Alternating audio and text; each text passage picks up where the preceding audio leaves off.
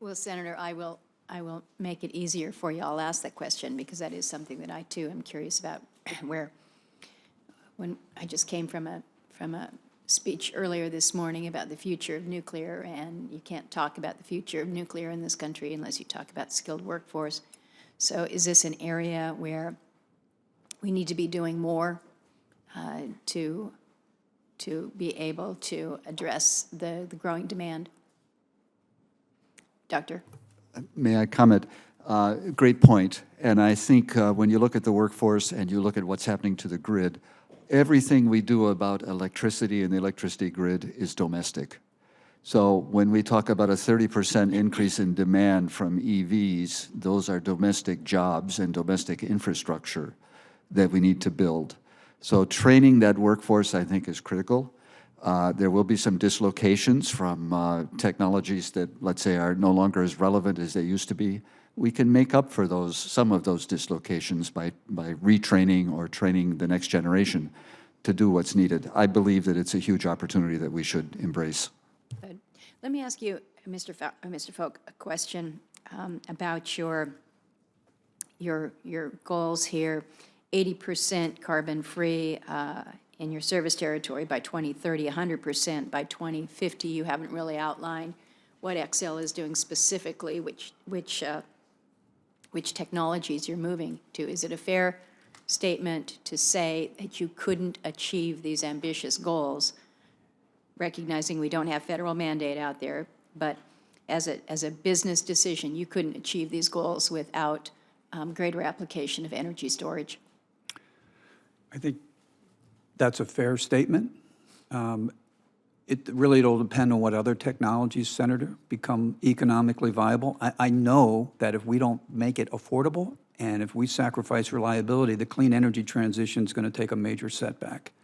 So today, with the prices I've seen over just the last 10 years, or really the last 3 years, in wind and solar, I can do this with economics in mind. I have to have reliability. So whether that is today, the implementation of storage as much as we can until we start to go down that cost curve that I mentioned, or peaking gas generation. The economics is what I'm after. And again, I know how to get to that 80%. The next 20% is going to take some of these other technologies, advances in long duration storage.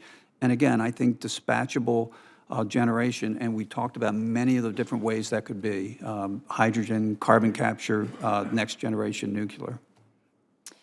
One last question for me, and then I'll turn to Senator King and Cortez Masto if they have another. But in their budget requests for this fiscal year, DOE has proposed the Advanced Energy Storage Initiative. This is a $158 million cross-cutting program, establishes goals for cost-competitive energy storage. Your free advice here on how and where the department should focus its research and development efforts as they're looking to reduce the cost of energy storage technologies. What would you have them do? Dr. Krebge. Yeah, thank you. That's a great question. And I believe that up until this point, the way we've treated storage and to a certain extent the grid is a little bit too piecemeal. That one needs to look strategically and holistically at the whole system and look for the next 20 or 30 years, which is how long it will take to make this transition to a fully modern grid. That we ought to deliberately take steps that will produce the outcomes that we wish to have, rather than letting the market give us what it would produce by itself. So I think we need a sort of an energy storage and grid ecosystem to look at. This DOE proposal is one step along that route, but we ought to have a very serious look at strategically where are we going and how are we going to get there. Any other advice, Mr. Krebge? Sure, that's a great question also.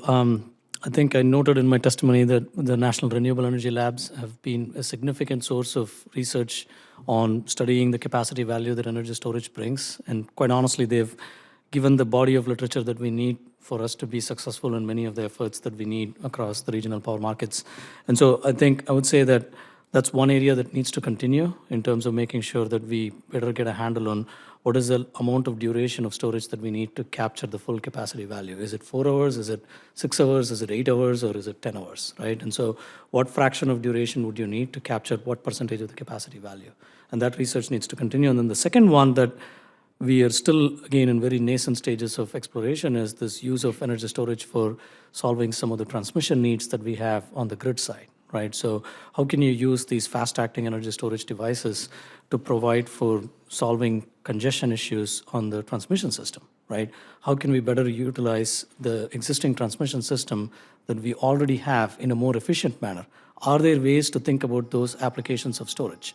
Those are key areas that would significantly benefit by, research by the national labs.